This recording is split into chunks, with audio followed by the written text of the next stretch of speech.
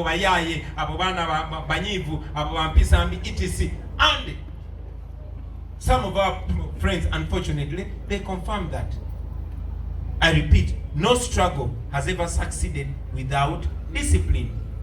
What is discipline? Discipline is the ability to suppress your own anger, your own emotion, your own desires for the greater good. Kachigonzemu yogera nnyo mu Luzungu, Raini kabaka ajja kuvunulira. Discipline kitegeeza gwe ebirowoozo byo oba obusungu bwo n'obituulira ku lw'obulungi bwa bonna. Nyinza okuba nga nyiize nga njagala kugwa moshi mu bulago nga kyekijja okunzikakanya n'ekigenda kuba kifaananyi ky'abalala. Mbalabe ebiseera bingi nnyo bannaffe, and I encourage speaking out. Ne muli bakulembeze, mwe abali wano muli bakulembeze, you are leaders. You don't need titles to lead. Kubanga buli omu ku mmwe alina abantu bangi abamugoberera. And we are lucky we live in the age of social media where everybody has followers. But where are you leading them to? They are following you. No batwala batomeza kisenge oba obatwala munsi nsuubize. Every time you see people following you, please know that that is a burden on your shoulders. Buli wolaba abantu nga bakugoberera manya nti olina obuvunaanyizibwa okubalaga ekituufu. Kubanga bw'otabalaga ekituufu gye bakoma okuwaana gye bagenda okukoma okuzalama. So mbasaba baganda bange mwejjukize nti if you don't have discipline, we'll take 2 steps forward and 3 steps behind. Is that what we want?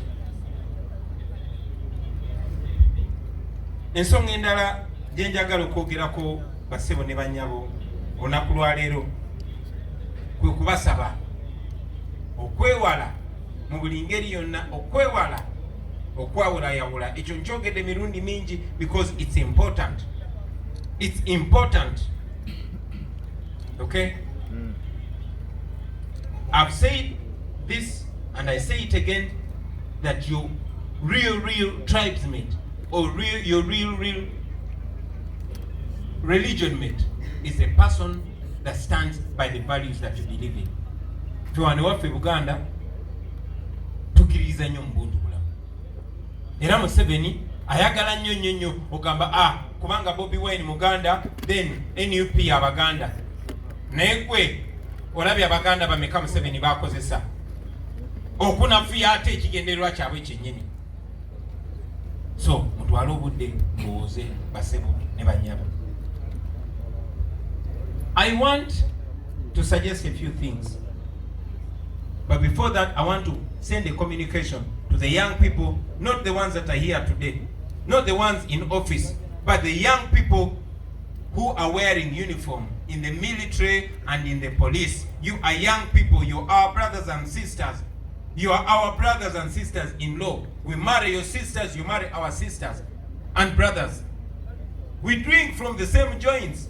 We dance from the same nightclubs. You are human beings like us. You are not machines. You are not robots. You deserve better.